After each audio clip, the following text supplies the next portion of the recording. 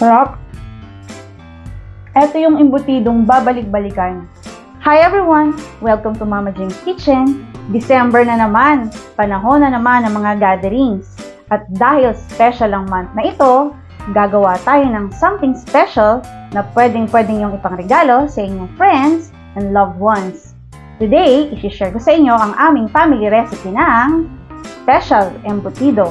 Kaya tara na, magluto na tayo!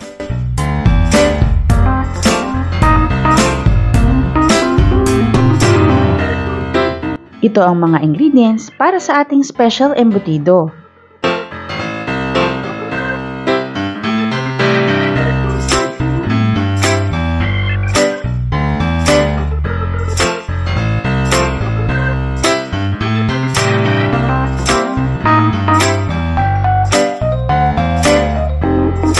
First step ay paghahaluin natin yung breadcrumbs at eggs. Kailangan well-blended ito hanggang maging parang paste ang texture nito. Kung wala kayong breadcrumbs, pwede kayong gumamit ng dinurog na plain bread or 1/2 cup of flour.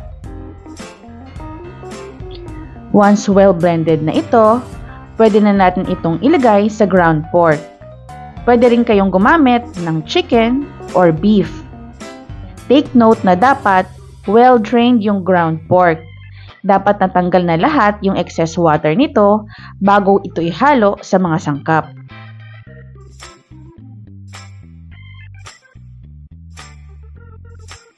Isunod na rin natin ilagay yung meatloaf,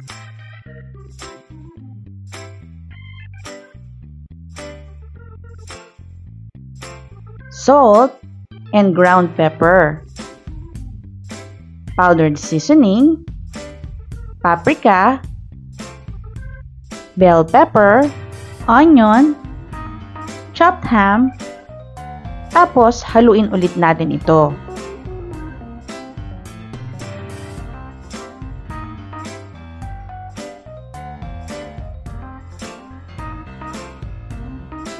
Isunod na rin nating ilagay yung carrots,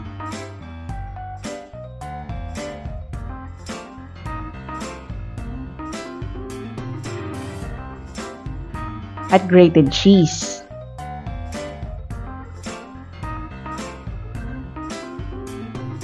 Once well mixed na ang lahat ng ingredients, mas mainam kung i-chill ito sa ref ng 30 minutes bago ibalot. After 30 minutes, ready na tayong magbalot ng embutido. Kung napansin nyo, hindi ko hinalo yung raisins kanina habang hinahalo lahat ng ingredients. Dito kasi sa amin merong may gusto ng plain lang. Kaya habang binabalot ko ito ilalagay. Una kong ibabalot yung plain. Usually ganito ang preparation namin pag maramihan ang gawaan ng embutido. Pero kung pambahay din lang naman, pwede nyo na itong ibalot sa aluminum foil. Just make sure na makapal ang gagamitin ninyong foil para hindi ito bumuka habang niluluto ito sa steamer later.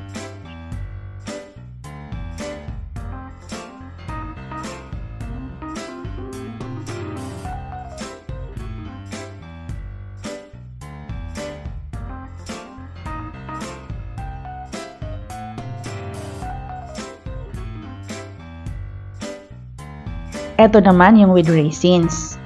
Pwede rin kayong mag-add pa ng sliced cheese kung mas cheesy ang gusto ninyong embutido.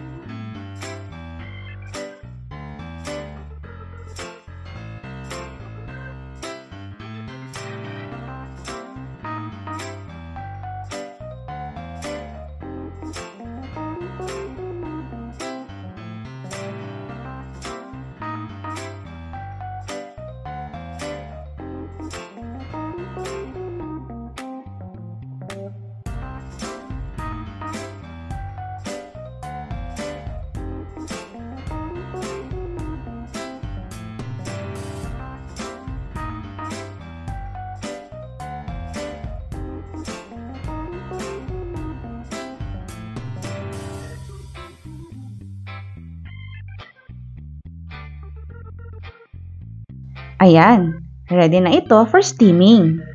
Pwede na natin itong ilagay sa steamer.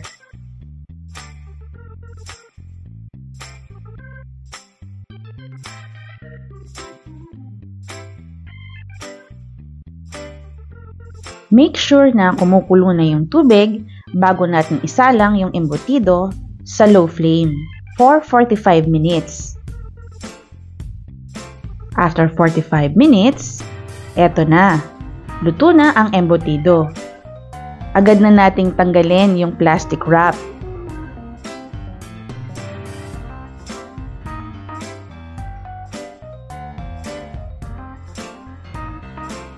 Then, palamigin muna ito for 1 to 2 hours bago ito iprito or ibalot sa aluminum foil bago ito i-frozen sa ref.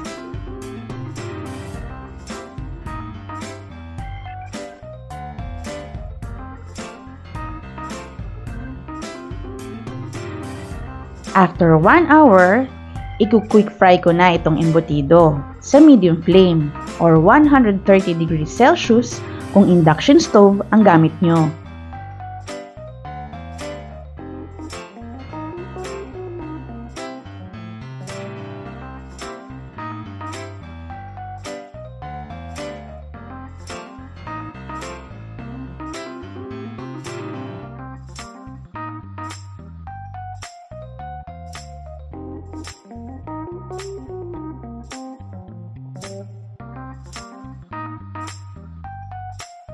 Eto na! Ready na ang ating special embutido.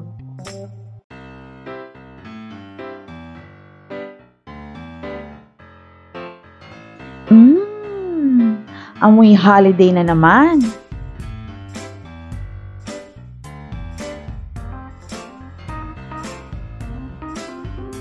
Eto na! This is it! Tikiman na naman! Oh, sulit ang pagod natin. Ito ba naman ay pangregalo sa inyo? Hindi kayo matuwa, di ba? Kaya titikman na natin. Ako gusto ko pinapalaman to sa tinapay. Kaya ready ako dyan. Alam niyo po, itong embutido recipe na to, ang tagal na nito. Bata pa ako. Siguro mga nasa 50 years na tong recipe na to. Ito na. May carrots, may pipino, at syempre, yung embutido natin. Ang bango. Sabi nung anak ko, nung pinipirito namin ito, amoy mamahalin daw.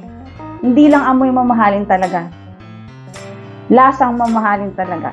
Hindi siya yung ordinaryong embutido na natitikman natin. Ito na, ang dami ko pang salita.